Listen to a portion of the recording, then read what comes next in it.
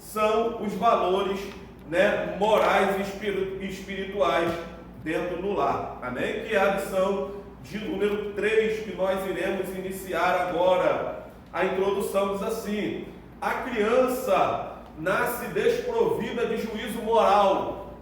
O recém-nascido possui apenas uns poucos instintos: sugar, respirar, engolir, gritar e etc. Pouco a pouco, o recém-nascido começa a aprender a distinguir o que é certo e errado, o que é bom e o que é ruim. Os pais têm um papel fundamental nesse processo, pois eles vão transmitir o conjunto de ideias, as quais denominamos valores. No tocante às famílias cristãs, serão os valores cristãos, ok? Então nós entendemos, meus amados, que o recém-nascido, ele é uma folha em branco. Ele é uma folha em branco. O que é que ele tem? Ele engole, ele aprende a engolir, a sugar, né? A respirar. Primeira coisa, quando ele sai da barriga, ele toma aquele tapinha no bumbum do médico, ele ali respira, ele chora, né? E ele vai desenvolvendo durante o decorrer da tua vida, né, os ensinamentos, através dos ensinamentos que os seus pais vão te dando. E qual o papel da família nisso? O papel da família é ligar esse recém-nascido ao mundo, ok? Essa criança ao mundo, ela vai evoluir, ela vai se tornar uma criança. E como é a conexão com o mundo que o ser humano tem? É através da família.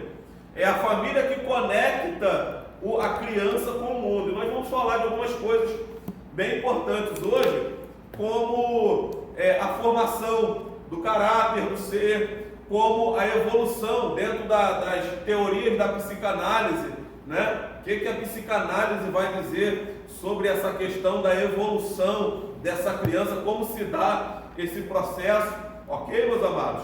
Primeira coisa, nós entendemos então que é a família que vai formar esses valores, né, que vai conectar essa criança com o mundo, ok? O que são valores? Os valores, principalmente os valores cristãos, são princípios, são leis ou são normas que regem a vida cristã, fundamentados na palavra e no caráter de Cristo. Os valores desenvolver-se-ão através de um relacionamento entre o que passa a ser determinado no lar, no ambiente em que a criança vive, e a descoberta a respeito de si mesmo como pessoa, okay? Ou seja, a criança, ela está se desenvolvendo. A família que vai começar a dizer para ela o que pode, o que não pode, o que é certo, o que é errado, o que é bonito, o que é feio, o que é seu, o que não é seu, né? O que deve pegar, o que não deve pegar, aonde deve ir, onde não deve ir, o que deve falar, o que não deve falar. Papai e mamãe não faz isso que é feio, não pode porque é feio. E assim essa criança ela vai evoluindo como pessoa, ok? E vai se desenvolvendo nela os valores, para nós que somos cristãos, os valores cristãos, valores morais, né? E éticos, e esses valores embasados estão no Evangelho e na pessoa do nosso Senhor Jesus Cristo, ok? No tópico de número 1, subtópico 1, nós vamos ver os valores impostos pela sociedade, ok? Valores impostos pela sociedade. Antes de falar dos valores impostos pela sociedade, na página 68, nós vamos entender um pouco como funciona essa criança, como funciona a relação do ser. Olha para cá. Vocês já ouviram falar em Freud? Sigmund Freud? É um grande pai da psicanálise, né? É um médico, né? É um médico psiquiatra, né? Da República Tcheca, e que nasceu no ano de 1856, faleceu no ano de 1939 na Inglaterra. O que Freud criou? Ele foi formado em medicina, e especializado em doenças mentais, né? Ele criou uma nova teoria. A teoria dele estabelecia que as pessoas que ficavam com a mente doente eram aquelas que não colocavam os seus sentimentos para fora, não exteriorizavam. Eu sei que tem enfermeira aqui e ela deve ter estudado Freud no curso de enfermagem, a gente estudava muito isso, ok? E quem não coloca os seus sentimentos para fora. Segundo Freud, esse tipo de pessoa tinha capacidade de se fechar de tal maneira, ou fechar de tal maneira esses sentimentos dentro de sua mente, que após algum tempo esquecia-se da existência. Ou seja, Freud entendeu que muitas das doenças que temos, muitas das coisas que vivemos, dos medos, das angústias, dos traumas, das dores, são aquilo que nós reprimimos dentro de nós e não colocamos para fora. Freud entendeu isso. Quando Freud entende isso, ele cria alguns métodos a partir dessa teoria, ok? Qual o método que Freud vai criar? Ele resolveu tratar esses casos através da interpretação das pessoas, dos sonhos das pessoas, e também através do método da associação livre, ok? Então Freud, ele começou a observar que as pessoas reprimidas, as pessoas que sofriam algum trauma, as pessoas que estavam sofrendo algum problema, elas estavam guardando, se reprimindo. E o que ele começou a observar nessas pessoas para tratá-las? Ele começou a observar os seus sonhos, interpretar os sonhos deles, e ele começou, também fazendo com que os seus pacientes falassem aquilo que eles estavam vivenciando. O que é a psicologia, se não uma conversa? Né? Você vai no psiquiatra, ele conversa com você para saber o que está acontecendo. Você vai no médico clínico, ele conversa com você. Você vai no psicólogo, ele conversa com você para saber o que você está sentindo, seja física, seja emocionalmente. E Freud começa a entender isso e ele desenvolve o seu método. Neste último, ele fazia com que seus pacientes falassem qualquer coisa que lhe viesse à cabeça. Com este método, ele era capaz de desvendar os sentimentos reprimidos, ou seja, aqueles sentimentos que os seus pacientes guardavam somente para si, ok? Após desvendá-los, ele os estimulava a colocarem esses sentimentos para fora. Desta forma, ele conseguiu curar muitas doenças mentais, ok? Vamos evoluindo, né? Vocês vão entender por que a gente está falando de Freud. De acordo com a teoria de Freud, né? Que é a teoria ali que vai entender a repressão das pessoas, né? Entender os sentimentos guardados, os traumas, o que está vivenciando, através de sonhos, né? Através de uma palavra falada. Freud vai desenvolver o inconsciente, ou a mente humana, a cognição humana, em 3 divisões. Ele vai dividir a mente humana. De acordo com a teoria psicanalítica de Freud, a personalidade é composta por 3 elementos. Preste atenção que isso aqui é importante para vocês. Um conhecido como id, o outro conhecido como ego e o outro conhecido como superego. Né? É muito antigo isso, mas isso é muito atual, é muito usado no dia de hoje pelos psicólogos, né? Pelos psicanalistas, por quem trabalha com a questão mental, né? Se vale muito disso aí, ok? O consciente humano é formado pelo id, ego e superego. Trabalham juntos para criar comportamentos humanos complexos, ok? Vamos entender o que é o id, ego e superego? Está lá. O superego, preste atenção, está dando para chegar? Para mim não. Não, mas vai guardando. Isso aqui, meus amados, eu trago extra aula, tá? Para poder enriquecer os irmãos. O superego é a parte do consciente humano, ou da cognição humana, né? é a última parte da cognição humana a ser formada. Que parte é essa? É o aspecto da personalidade que mantém todos os nossos padrões morais internalizados e ideias que adquirimos dos pais e da sociedade. É nosso senso de certo e errado. O superego fornece diretrizes para fazermos ou para fazer julgamentos. Observe, amados irmãos, que a nossa aula começou falando que o recém-nascido, ele não sabe fazer nada. Ele é um papel em branco. Ele só nasceu aprendendo a sugar, a respirar. Aí Freud vai dizer na teoria dele que a mente humana é dividida em 3 partes, id, ego e superego. O superego é a última parte a ser formada. E essa parte nós adquirimos da sociedade e adquirimos dos nossos pais. Ok? É o senso de certo e errado. Ok? É o que nos fornece diretrizes para julgamentos. Que tipo de julgamento é esse?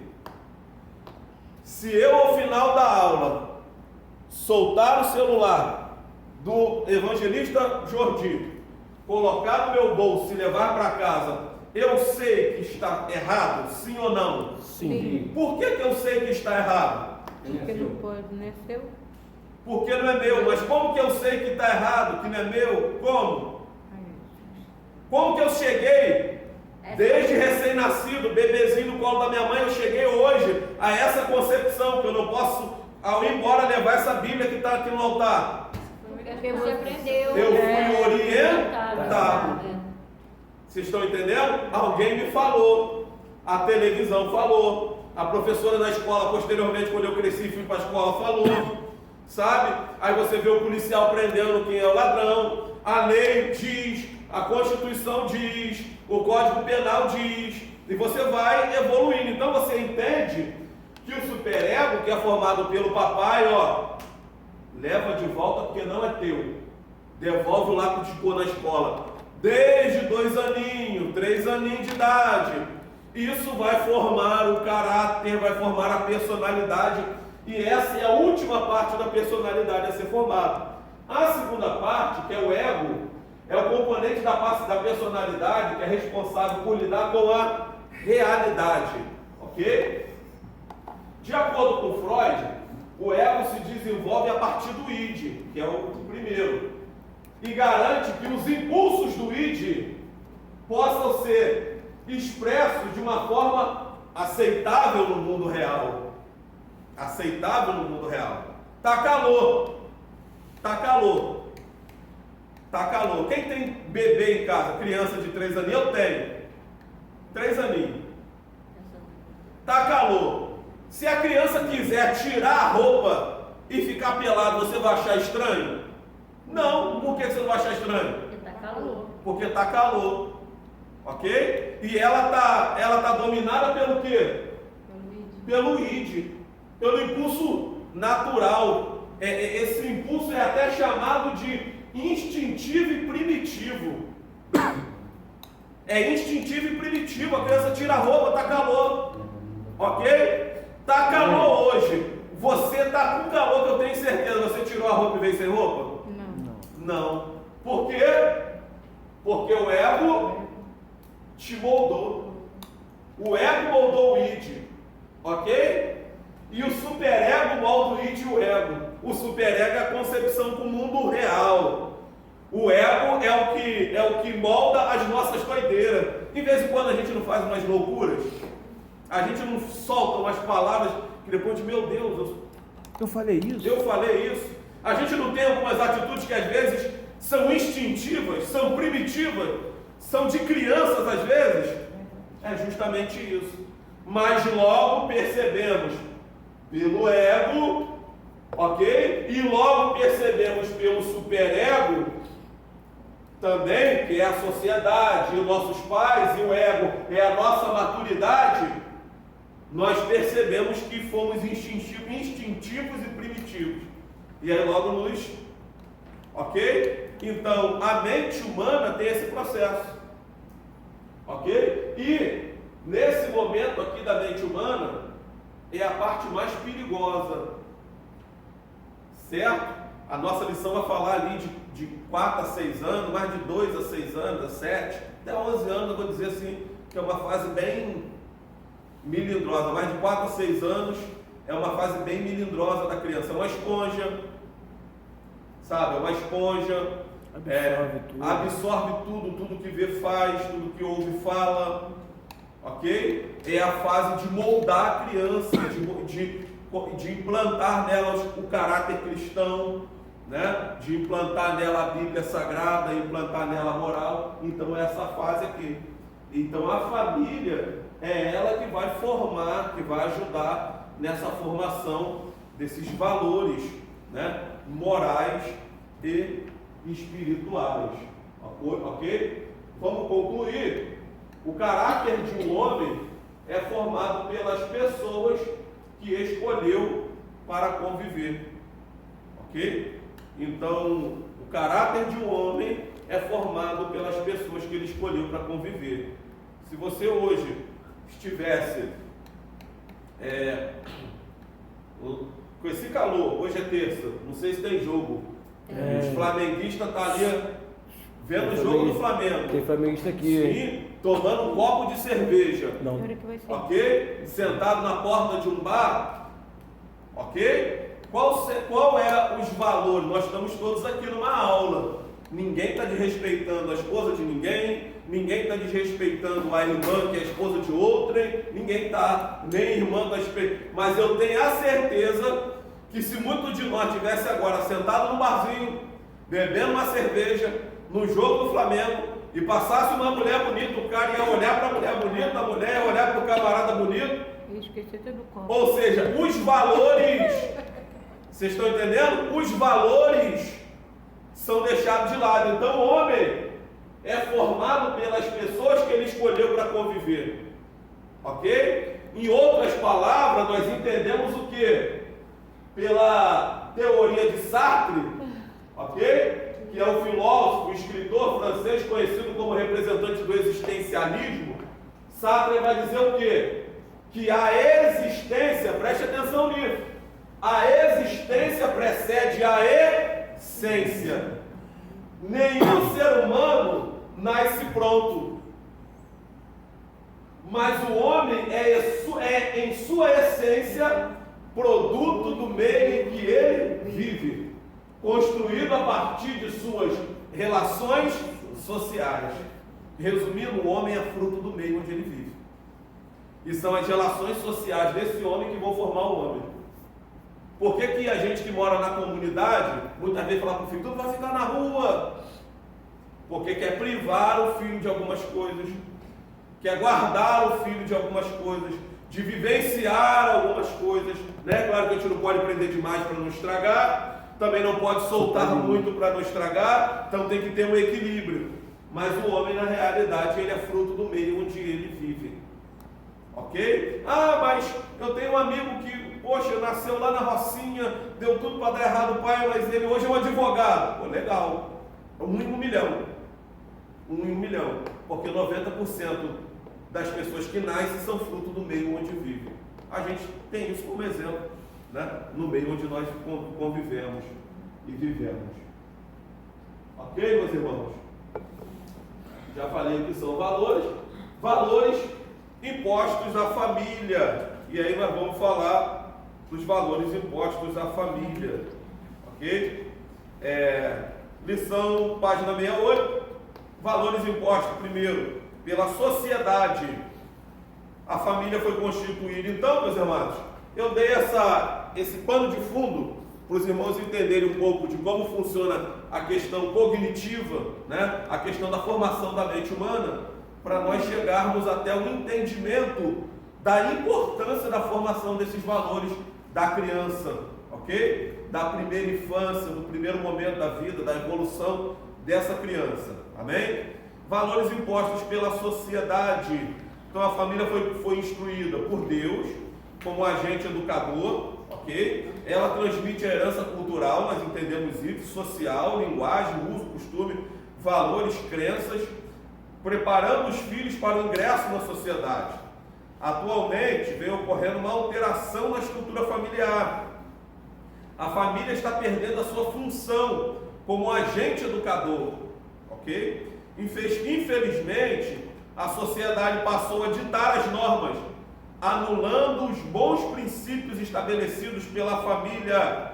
A sociedade não valoriza os princípios morais e éticos, mas de forma coercitiva impõe uma nova filosofia de vida, desprovida de responsabilidade e pudor. Amém? Então, quem era o formador da mente dessa criança recém-nascida? Quem era o formador da mente dessa criança, desse pré-adolescente e desse adolescente no passado? Primeiro, a família. Ok? A família é o contato dela com o mundo. Posteriormente, essa criança começa a ir para a escola. A escola vai socializar ela com outras pessoas, professores, coordenadores, diretores e outras crianças. A família vai socializar ela. Ela, então, já foi para o mundo exterior, escutem isso, ela já foi para o mundo exterior através da escola, com uma mente já formada pela família, sabendo que não pode mexer, que não pode pegar, o que deve falar, que não deve bater no amiguinho, que não deve xingar o amiguinho, ok? Sendo que hoje, o que está acontecendo com a sociedade? A sociedade está impondo valores sobre a família. Por quê? A família não está fazendo o seu trabalho, o seu papel. Porque os papéis não estão sendo feitos, lembra? Pai, mãe, filhos, ok? O modelo de família mudou, a família está um pouco desestruturada, porque está todo mundo saindo, automaticamente essa criança está ficando em casa só. Quem está impondo valores nela? A mídia. A mídia. E quais os valores que a mídia impõe? A mídia má. A mídia má. Ela é coercitiva, está dizendo aqui, né? E impõe valores desprovidos de responsabilidade e de pudor. Ok? E aí a sociedade está ficando promíscua, né? As questões sexuais, as questões antimorais estão afloradas na sociedade, né? A lascívia está tomando conta, e isso não é no adulto e no jovem, desde as crianças, impondo a moda, a música, né? Tudo está impondo, está de forma coercitiva sobre as nossas famílias.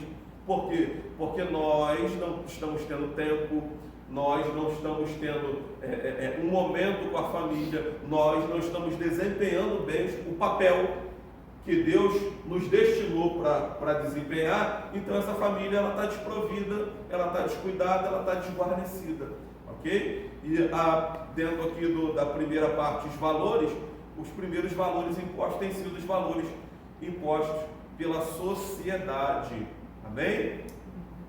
Segundo tópico, segundo subtópico 2 na página 69, vai falar da reorganização desses valores. Os valores formados durante a infância passam a fazer parte da formação do indivíduo, que falamos aqui. Porém, na adolescência, passamos por um processo de reorganização desses valores, ok? Muitos conceitos, atitudes e práticas de natureza moral e de natureza religiosa passam a ser questionados. Sentimos-nos cobrados, incompreendidos e achamos que nossos pais estão ou são ultrapassados. E aí, meus amados, quando chega na adolescência, você até passou algum valor, você até deu valores morais, mas quando chega na adolescência, choca com o mundo, né? Choca com o final lá do 2º grau, choca com a entrada na faculdade, né? Agora está no 2º grau, está recebendo matérias de filosofia, de sociologia, de história, né? Está com uma visão de mundo, e às vezes tem uma visão de mundo mais aberta do que os pais, né? Que às vezes os pais não estudaram. E aí o que vai acontecer com esse adolescente? Né? Vai haver uma reorganização dos valores. Essa é a base que nós outrora, dentro do lar, né? Até a adolescência dele, passamos, não for sólida,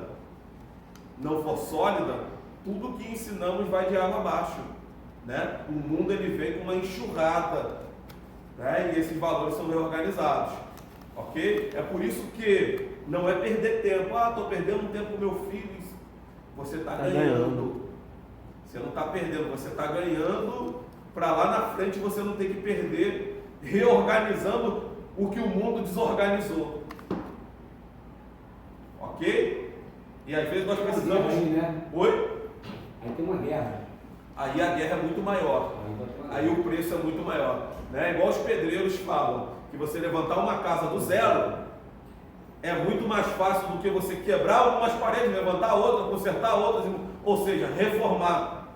Você levantar do zero é muito melhor do que você reformar. Reformar é muito mais trabalhoso. Ou até mesmo consertar erro dos outros. Consertar erro dos outros, mais custoso. Amém? Então, às vezes, nós temos que nós acabamos tendo que reorganizar, consertar, reformar, consertar erros, estragos.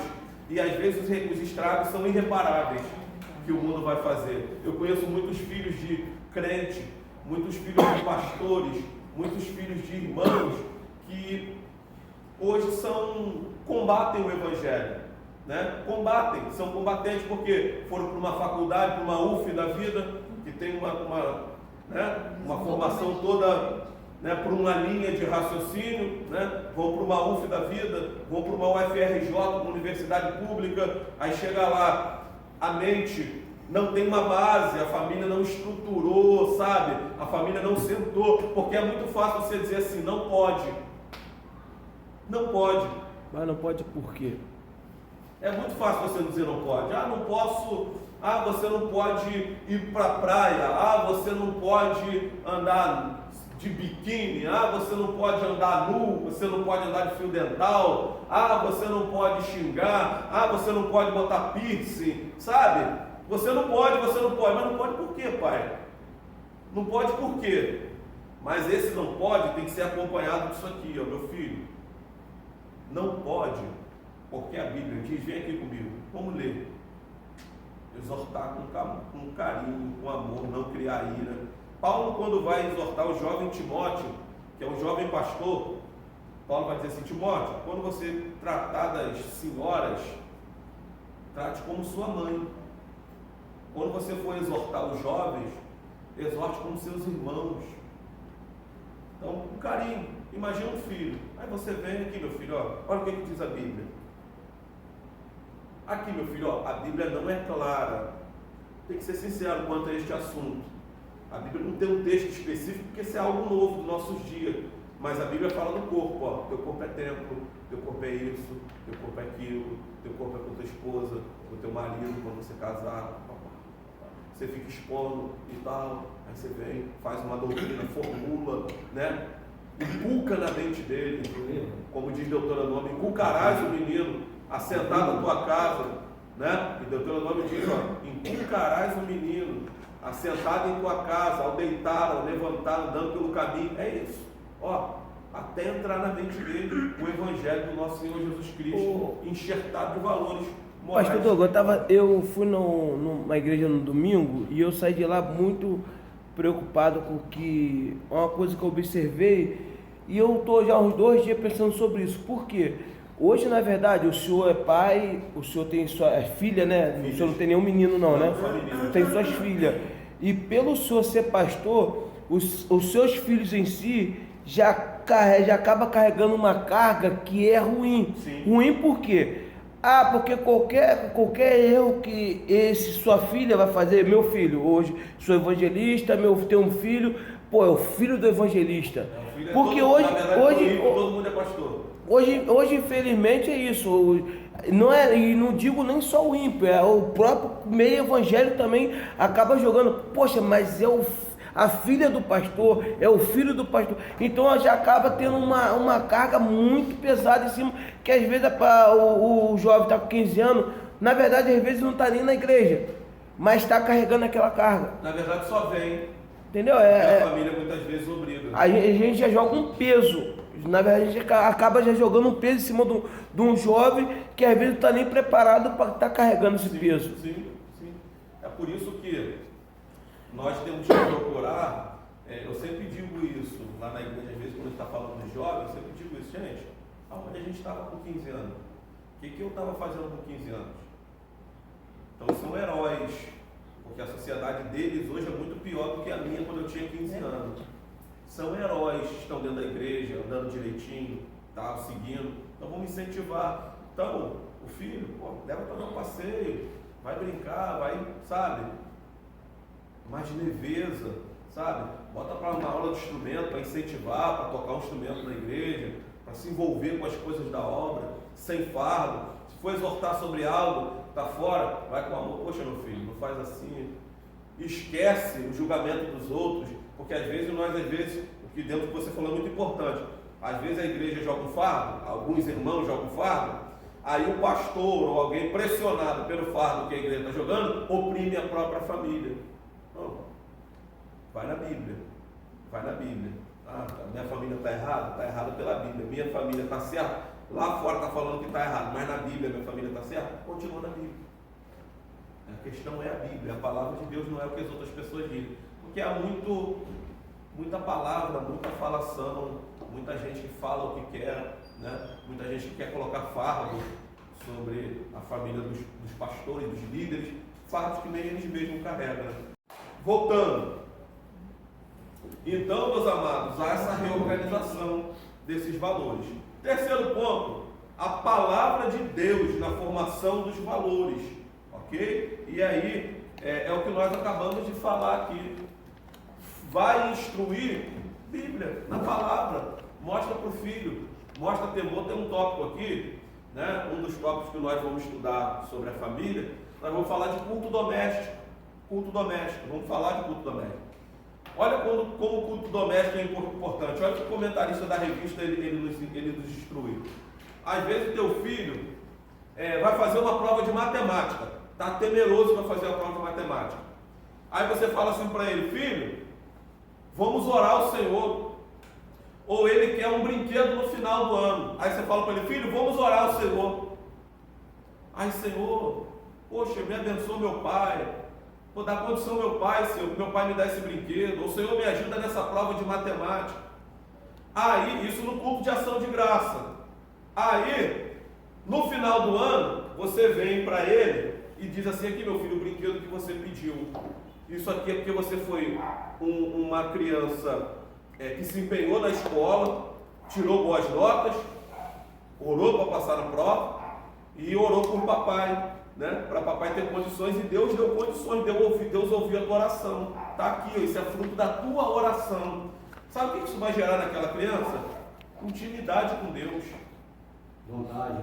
Isso vai gerar naquela criança a capacidade dela saber que se ela botar o joelho no chão e orar, Deus vai atender a oração dela. Seja para passar na prova de matemática, seja para um brinquedo, seja para a cura de uma doença, e isso gradativamente. Aí ela com 10, com 11, com 12 anos, você não precisa mais instruir. Ela sabe onde ela ir. Ela sabe onde ela vai pedir. Sabe? Está igual a Estela em casa, ela está com 10 aninhos. Tem a menorzinha lá, Helena, não preciso nem falar, ela vai dormir, ela já, na cama dela. A prática que desde pequenininho nós já ensinamos a ela. Às vezes deixa de fazer com a criança, a gente vai orar, ela ora. Às vezes a mãe ora, às vezes eu oro, né? Às vezes ela com a maiorzinha lê uma historinha para as irmãs, bíblica, e já ora, já todo mundo ali já ora e dorme.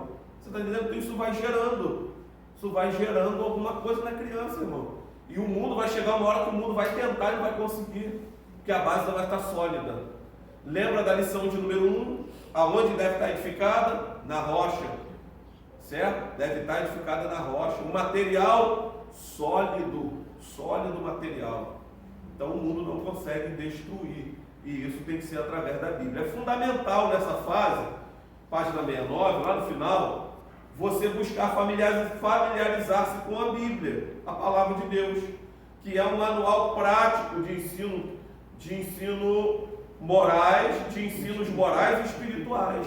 Então, é a Bíblia. Abre a Bíblia, meu filho, aqui, Jonas, ó. Jonas estava no ventre da baleia, Jonas orou, Deus tirou Jonas. sabe? Davi era pequenininho, não tinha força, o gigante veio. Davi clamou ao Senhor, pegou 5 pedras, botou lá na tua funda, rodou, jogou uma lá, matou o gigante. Ou seja, algo grande Deus pode fazer derrubar através do teu poder. Isso tudo vai gerando nas crianças. Ok? Amém? Amém? Amém.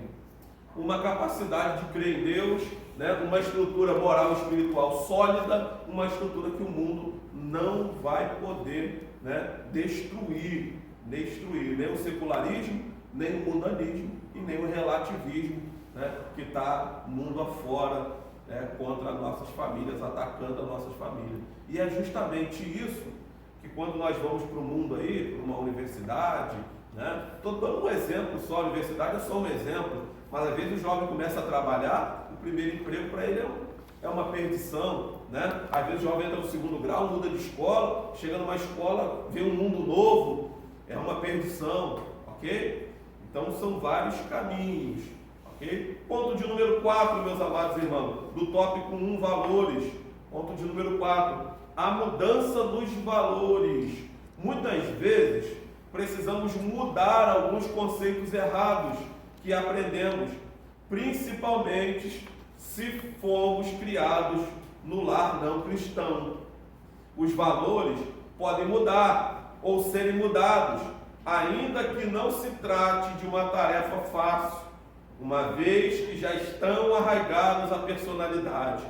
Contudo, a mudança pode ocorrer como resultado de uma nova experiência. Experimente uma nova vida em Cristo. Assim, que se alguém está em Cristo, nova criatura é. As coisas velhas se passaram e tudo se fez novo. A transformação começa pela mente, de onde procedem os pensamentos. Vale salientar que, de forma figurativa, muitas vezes a mente é expressa por coração. A mente é a parte intelectual do homem. Dela, do coração, procedem coisas boas e coisas más. Mas a mente humana não é como um computador que não queremos mais algo, simplesmente silenciamos e jogamos na lixeira. Na verdade, nem sempre conseguimos nos desvencilhar de pensamentos maus e pecaminosos. Entretanto, podemos renovar a nossa mente diariamente através da palavra de Deus. Isso aqui é muito lindo, irmão. Isso aqui é muito lindo. Sabe por quê? Aí eu volto lá. Isso aqui é muito bom, Jordi. Isso aqui, varão, isso aqui é de Deus, hein? Isso aqui é de Deus. Aí eu volto lá. Nenhum ser humano nasce pronto, mas o homem é, em sua essência, produto do meio onde vive. Vamos formar um caso clínico? O pai é alcoólatra. A mãe trabalhava na vida fácil. As crianças estão tudo vendo aquela situação. O pai vai trabalhar, a mãe leva outro para dentro de casa. O pai descobre, espanca a mãe bate no pai, e faca para cá, e faca para lá. Esse menino cresce, sem valores morais nenhum dentro do lar, xingando palavrão, com 10, 12 anos já está com cigarro no dedo, andando pela comunidade, fuma maconha, se envolve no tráfico, ok? Se envolveu no tráfico, vida difícil, cadeia, e teve filho novo também, e separou, e uma vida difícil, e perdeu pai, perdeu mãe, perdeu tio, perdeu avó, não tem mais ninguém, é ele e Deus no mundo.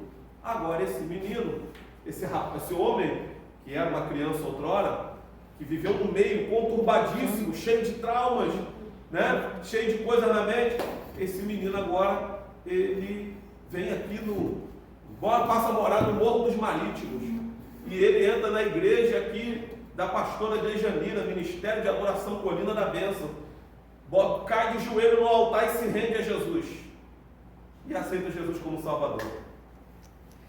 E aí? Está falando palavrão? Ainda fuma, ainda bebe, ainda cheira, sem noção do que é certo e o que é errado, machucado pela vida, ok? Ouviu, enquanto teve crianças que nunca ouviram o não dos pais, ele só ouviu o não da vida, Só não, nunca teve nada, nunca adquiriu nada, só sofrimento, só angústia, só dor, cadeia, abandono, solidão. E agora está no Evangelho.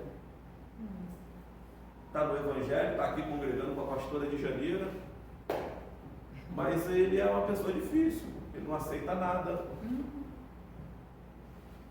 ele não concorda com nada, ele é rebelde.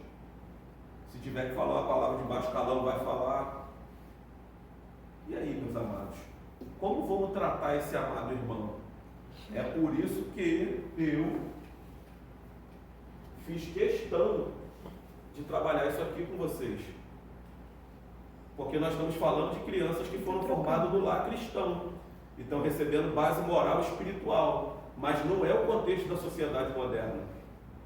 A sociedade moderna é cheia de gente machucada, ferida, abandonada, que comeu o pão que o diabo amassou, sofrida, perdeu pai, perdeu mãe, vida difícil, teve que trabalhar cedo, se envolveu com droga, se envolveu com isso, e hoje está aqui no Evangelho. Se alguém está em Cristo, nova coisa, criatura é, as coisas velhas se passaram e tudo se fez novo, mas vira e mexe, dá uma escorregada, pum! Vira e mexe, dá uma escorregada, cai no adultério, sabe? Vira e mexe, dá uma escorregada, xinga o palavrão. Aí nós não é passar a mão no pecado de ninguém, não é isso. Não é isso. Eu sempre trabalho isso lá na igreja, mas é entender isso aqui, ó. Entender por outro lado. Entender a pessoa Do outro humana. lado. Entender a pessoa humana como ela é. Qual é a história dela? Na verdade Mas é. como tratar dessa pessoa? Na verdade é empatia, né? Empatia. Empatia. Empatia. É isso que Jesus fazia em todos os encontros dele. Enquanto os fariseus estavam matando a comunidade de Jerusalém, está dizendo, ele senta com prostituta, ele senta com pecador, ele senta com publicano. Jesus está sentando, está comendo, está bebendo, está indo na casa de Zaqueu, está sentando, a pecadora, né, que não diz prostituta, entra no jantar, unge ele, chora no pé dele, seca com o cabelo, aí ele, ó, deixa ela está preparando o meu corpo para a sepultura, sabe? A percepção de Jesus é outra. Aí é por isso que a Bíblia diz assim, o meu jugo é suave, o meu fardo é leve. Mas esse jugo que de Jesus que é suave, não é a peça de madeira que entrava no pescoço do boi, não. Jugo é uma palavra para a interpretação da lei que cada rabino tinha. Então esse jugo de Jesus que é suave, era a percepção da lei que Jesus tinha, a aplicação da lei que Jesus dava. Diferente do povo que era duro, que matava. O povo que é apedrejar e ele salvar. E ele salvar. A gente vê lá no Egito. Era esse cargo que o povo botava lá no povo de Deus. Sim. Fardo pesado. Mas que muitas das vezes nós pastores recebemos esse cargo pesado. 90% das vezes, pastora. Eu sei que a pessoa está... Mas por que a senhora está aí com o cabelo branco? Eu estou vendo muito daqui não, mas é por que eu estou careca? Gente, por a coisa é exemplo, séria. às vezes chega alguém que eu sei que está totalmente... Mas tem essa história de vida, Sim. né? Mas aí a gente quer trabalhar e... mas está errado, está passando a mão no pecado. Não, ninguém está passando a mão no pecado. A gente está tentando ajudar, porque a gente é aquilo, a gente tem que se colocar no lugar. Por exemplo, eu estou falando que eu sou filha de pai alcoólatra, meu pai era alcoólatra. Minha mãe saía para trabalhar e quando chegava em casa ele quebrava tudo e minha mãe tinha que ir para a delegacia da parte. Então eu vivi isso. Sim, sim. Então eu sei o que é isso. Graças a Deus, minha cabeça não é foi boa. Encontrou Jesus, encontrou o Isso, Evangelho. mas nem todos conseguem se afirmar. Vive sobe e desce, alto, baixo, alto, É baixo. claro que essas pessoas que chegam a gente não vai colocar para fazer nada na igreja. Pois é, mas o problema Mas está a aí. gente também não vai excluir. Irmão, pois é, o problema está aí, é que eles querem fazer, eles não entendem que eles têm Então que tem que haver um equilíbrio. Entendeu? Tem que haver um equilíbrio. Por exemplo, eu não posso colocar no altar, não posso dar o microfone na mão, mas eu também posso. Meu filho, vamos fazer um negócio comigo? Tá, fulano, tá de bobeira hoje? Assim que meu pastor faz. Eu vejo direto ele fazer isso com determinadas pessoas. Tá de bobeira hoje? Vamos ali comigo fazer uma missão. Aí leva, ele é eletricista, leva a pessoa para fazer a obra. Aí o cara que era envolvido com droga começa a viver outro lance, aí dá um dinheirinho, sabe? Aí já leva uma coisinha para casa. Vamos no monte! Aí já leva para um monte. Vamos numa visita na casa de Douglas, vou lá na casa de Douglas tomar um café com ele. Já vai levando ele, aonde aquele novo convertido que chegou na igreja está, que o pastor está, o novo convertido está, eu já percebi isso que o pastor faz. Até ele, ser nascido, aprender a comer sozinho, aprender a caminhar sozinho, sabe? Aquele amor, é esse carinho que o pastor está falando, que às vezes muita gente está querendo jogar fora, não está entendendo o processo, não está entendendo por que é brigão, gente? Por que tem gente sistemática na igreja? O que essa pessoa passou? E é difícil lidar com essa gente sistemática. Não estou falando de crente velho com 50 anos, não. Crente velho já era para. Mas estou falando de alguém que está chegando, está 1 ano, 2 anos no evangelho, está sendo tratado. O que essa pessoa passou? O que ela vivenciou? Vamos puxar isso? Vamos sentar, vamos ouvir. Vamos fazer o que Freud falou? Vamos ouvir. E aí, varão, conta um pouquinho da sua história. Aí você vai ouvir. Coisas traumas que você nem imagina. Mas até quando a gente tem que se colocar com tanta empatia? A quando que ele vai passar a entender que a transformação tem que vir de dentro dele? A empatia sempre. Enquanto tivermos na terra sempre. Mas há um momento Paulo vai dizer para a igreja assim, com leite vos criei. Né? Houve um momento do leite. Mas já tem um momento da comida sólida. Então tem um momento que passou. Porque tem gente que ainda está... Mas aí essa pessoa não pode ser mimada. Essa pessoa tem que ser tratada com um alimento sólido. Né? Essa pessoa, ou seja, tem o tempo do leite. O cara se converteu, está ali cheio de mazela, vão tratando, está na alegria só. Aí naquela alegria, ainda não casou, ainda mais você vê se quando dá uma balinha na boca dele, vamos vir fulano com oportunidade, aí ele vem todo tremendo, lê um versículo, volta, aí você vê que está transformando. Eu creio que Marco passou por isso, eu passei por isso, todo mundo passou por isso. Aí vai com um monte, aí começa, aí você vê a transformação, hoje estamos aí, evangelista, obreiro, isso aqui, vitória. Agora, 5 anos, 6 anos, está na mesma, não quer mudança. É difícil. Firmeza. Deus falou para Samuel, até quando terás dó de Saul tendo eu rejeitado? Então tem gente que tem que ter firmeza. Nós hoje no mundo que nós vivemos, até para pregar uma palavra dura, nego dói. Machuca, diz que é piada, diz que está batendo, diz que é aquilo. É por isso que é Bíblia. Fala da Bíblia, que se achar que está sendo duro, quem vai te justificar é Deus. Agora digo sempre assim, fale da Bíblia, mas eu tenho muito com isso. Fale da Bíblia com sabedoria. Porque a gente pegou uma geração aí também vai tomar vergonha na cara, eu sem vergonha, se converte, cara de lata, lembra? Tinha uma galera que fazia isso aí, eu sempre fui contra. O altar não é para isso, o altar é para sarar, não é para ferir. Né? O altar é para sarar, muitos falavam muito isso, o altar é para sarar, não é para ferir. Mas dentro do que a Evânia, do que a pastora falou, sim, tem que ter empatia sempre. Porque se você não tiver empatia, chega um momento que a pessoa te estressa tanto que você mata. Você joga no mundo com uma palavra. Porque tem gente que é ruim, gente. Eu tenho que dirigir com isso aqui. Tem gente que é ruim. Tem gente que é ruim mesmo e quer continuar no erro. Se você não tiver empatia, você mata com a palavra. Então, empatia sempre. Mas vai ter um momento que passou do limite, dureza. O próprio Espírito Santo, o próprio discernimento de Deus sobre a tua vida vai fazer com que você, meu filho, não, a partir de hoje você não pode fazer nada não, né? Acerta a tua vida aí, acerta seus pontos aí, depois quando você acertar, você volta a fazer. Tá bom? Sem matar, sem ferir, continua vindo, continua buscando, né? Se ele realmente quisesse acertar, ele vai continuar vindo. Isso aí, vai continuar buscando. São pessoas feridas que querem estar cantando, que querem estar pregando, que querem estar no altar. Eles não querem outro tipo de serviço. Eles não querem começar lá embaixo. Sim. Eles querem feridos, estar fazendo coisas que eles nem podem. Não querem ser tratados. Não querem ser tratados. Não quer pode. ser. É difícil. Porque eu fui ferida na minha infância, tem que me entender. Aí vem pra cá, fere. Tem que entender até certo ponto. Acabou. É novo convertido? Vamos entender, vamos trabalhar. Vamos sentar, Por isso que eu sou a favor do discipulado da igreja. Discipulado não é escola bíblica. Discipulado é bem específico. Quem é Jesus? Jesus é esse. Qual é a obra de Jesus? É essa. Qual é a atitude do verdadeiro cristão? Isso é discipulado. É assim que temos que andar, assim que tem que fazer. Passou pelo discipulado, de repente daqui a um tempo vai obreiro, mas já sabe o que é o discipulado.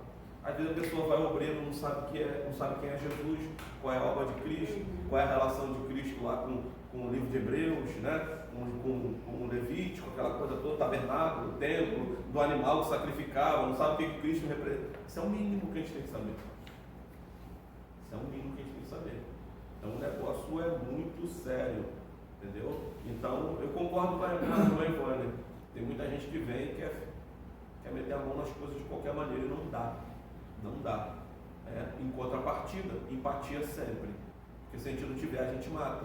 E o que é pior, né? Quem ainda fica, vamos dizer assim, dodó e tipo assim, porque me esqueceu, me largou, não trabalha comigo, mas é complicado. Mas não quer largar a Não droga, não quer largar o forró, não quer casar, não quer parar de beber. Quer vir quando pode, quando dá, quando quer, e acha que ainda tem que, assim, tem que ser bem... Igreja não é casa de caridade, É complicado, é difícil é a uma dessa. oração a Deus.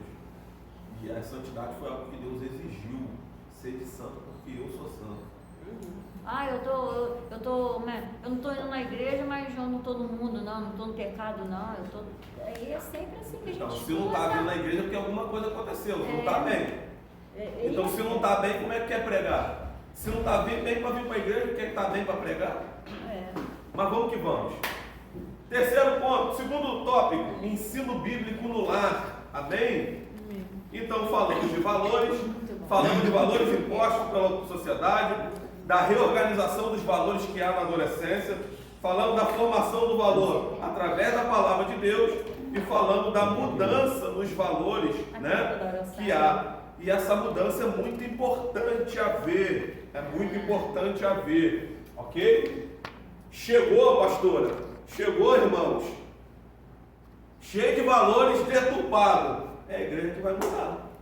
É o evangelista Jordina na escola dominical, é a pastora de Janeira dando o culto de doutrina, é o evangelista Marco dando discipulado, sabe? É a missionária Severina pregando no domingo. Tem que desconstruir o que o mundo lá fora construiu.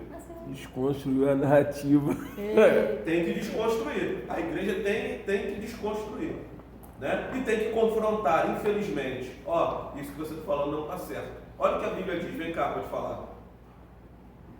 Tem que desconstruir na cara. Não é assim, e com amor, não estou falando para agredir ninguém não. Mas eu não concordo.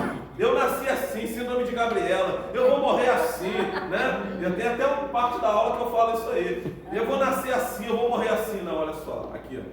Assim que se você está em Cristo, você minha mãe não me mudou, pastor não vai mudar. Eu já ouvi na minha cara assim, que na minha casa quem manda sou eu, o pastor não manda. Sim. Mas é Jesus, né? Eu falei, Jesus. Jesus manda. O pastor não manda, mas Jesus manda. Vamos que vamos, meu povo. Ensino bíblico no lar. Tentei falar que quem manda na minha casa sou eu, mas minha mulher está aqui do lado, é ela que manda. A última palavra é sua, varão. Sim, bem. Vamos lá, é igual lá em casa. Não muda nada, só muda o endereço. Atualmente, o papel mediador na função socializadora da família sofreu uma alteração radical. Infelizmente, atualmente a sociedade passou a ditar as normas, anulando os bons princípios estabelecidos pela família. O adolescente que falamos que recebia da família a herança cultural e social, passou a assumir o papel de intermediário. Olha que coisa. O adolescente agora, olha que coisa. O pai, missionária Severina, trazia do mundo a informação para a família e para a criança. Agora quem está trazendo é um adolescente. Faculdade, mestrado, doutorado, curso, sabe? É ele que está trazendo informação para dentro de casa, ok? Está sendo um papel de intermediário, absorvendo diretamente da sociedade a influência toda influência comportamental quanto à linguagem, uso, costume, valores, crença, alterando a estrutura familiar. Embora alguns digam que a geração atual de adolescentes vem recebendo dos pais uma educação muito mais conservadora do que estes receberam dos avós. Que nada. Em meio a essa confusão, percebe-se que a sociedade já não valoriza os princípios morais e éticos, mas de forma coercitiva impõe uma nova filosofia desprovida de responsabilidade e pudor. Lamentavelmente, muitos educadores encaram essa situação como sendo algo normal. Como o adolescente está no processo de identificação, torna-se mais suscetível e absorve com mais facilidade esses valores, sem contudo distingui-los. Os pais não devem desistir de ensinar os bons princípios aos filhos. Porém, não adianta estabelecer normas de conduta por imposição, principalmente quando se trata do adolescente. O ensino deve ser aplicado com paciência e amor. Faz-se necessário dialogar com os filhos sobre os vários assuntos que fazem parte do cotidiano deles, como sexo, drogas e outros. Falar de certos assuntos com os filhos, apesar de não ser fácil, não é uma missão impossível.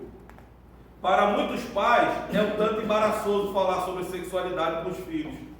Porém, na atualidade, os filhos, principalmente os adolescentes, prematuramente já têm contato com questões sobre sexualidade, drogas e violência, entre outras. Então, o ensino, meus amados, o ensino é de extrema importância. O ensino é de extrema importância. E esse adolescente hoje está muito mais diferente, né, do que o adolescente da nossa época. Né? Ele está com uma visão de mundo muito mais ampla. E o pai tem que se antecipar. Nós temos que nos antecipar. A gente está com um assunto aí, em evidência, chamado a ideologia de gênero. É um assunto que é atual, né? E que se nós não formarmos o caráter dos nossos adolescentes hoje, como serão as crianças que nascerão? Exemplo, se eu não formar o caráter dos meus filhos adolescentes hoje, quando os meus netos nascerem e nascer homem, quiser andar de roupinha de menina o dia inteiro dentro de casa porque se sente uma menina, o meu filho não vai reprimir, porque o meu filho acha normal, porque a base que eu passei para ele não foi sólida. Então, a sociedade de amanhã depende de nós hoje. A igreja de amanhã depende de nós hoje. Então, assunto como droga, como sexo, como prostituição, como homossexualismo, homossexualidade, tem que ser tratado dentro da igreja, tem que ser tratado dentro do lar, tem que ser tratado. Nós não podemos nos esconder disso. No passado nós nos escondemos muito disso. Era um tabu falar de sexo, era um tabu falar de droga, mas a gente tem que falar de droga. É claro que a gente já está vendo, né? Mas a gente tem que pegar uma imagem de um camarada, de um jovem que usou o crack uma vez, e uma vez que ele usou o crack ele se viciou, e ele agora está mendigo, dormindo na rua. A gente tem que mostrar, gente. A gente tem que mostrar o caminho, né, do abismo que causa a droga, que causa a prostituição, que causa os males do sexo antes do casamento, tanto fisiológico quanto espirituais, das bênçãos da divina de Deus para o casamento que se perde. Então, é de importância muito grande para nós como servos de Deus, tanto na igreja quanto na família. E como vai se dar isso? No lar, sendo o lar a primeira escola dessa criança, sendo lá o primeiro a tratar essa criança. Como vimos na lição anterior, o ideal é que o lar se constitua a primeira escola, responsável pela formação de um ser humano e a construção da cidadania. É o lar que forma ele como cidadão, ok? A família é uma espécie de laboratório da vida, onde se desenvolvem as mais variadas experiências que poderão Ajudar ou dificultar a relação do indivíduo com o mundo. Você sabia que a família pode dificultar a relação do indivíduo com o mundo? Você já viu criança que não fala? Criança que não consegue falar, tímida demais, às vezes é dela, mas às vezes é da família. Já viu criança brigona demais? Já viu criança na escola bate em todas as crianças? Já viu criança que na escola xinga todas as crianças? O que vocês acham que é isso? Ele aprendeu a bater sozinho. Dentro de casa. Você acha que ele nasceu e começou pá, batendo? Porque ele vem dentro de casa, o ambiente do lar. É o ambiente dele. Ainda que não foi em casa, de repente é na rua, ele fica com os amiguinhos jogando bola de gude. Ou, né, de repente, um outro parente. O outro parente. A Então, Bíblia não diz que nós somos o espírito? sim. Então, o lar é a primeira escola. Ela pode facilitar a interação com o mundo, como o lar pode dificultar a interação com o mundo. Né? Como a pastora Tianira aqui deu um exemplo, né? De pai alcoólatra, né? Quanto isso pode ter dificultado algumas relações dela com o mundo? Muita coisa. Quantas crianças, por terem sido abusadas, são adultos hoje que não conseguem casar? Exemplo, uma mulher tem aversão a homem, não consegue casar, não consegue ter, né, homem e mulher, encontra homem e mulher, não consegue, né, não consegue perdoar, não quer ter filho, sabe? É fechada, fala pouco, às vezes toma algum tipo de remédio porque tem algum tipo de ansiedade.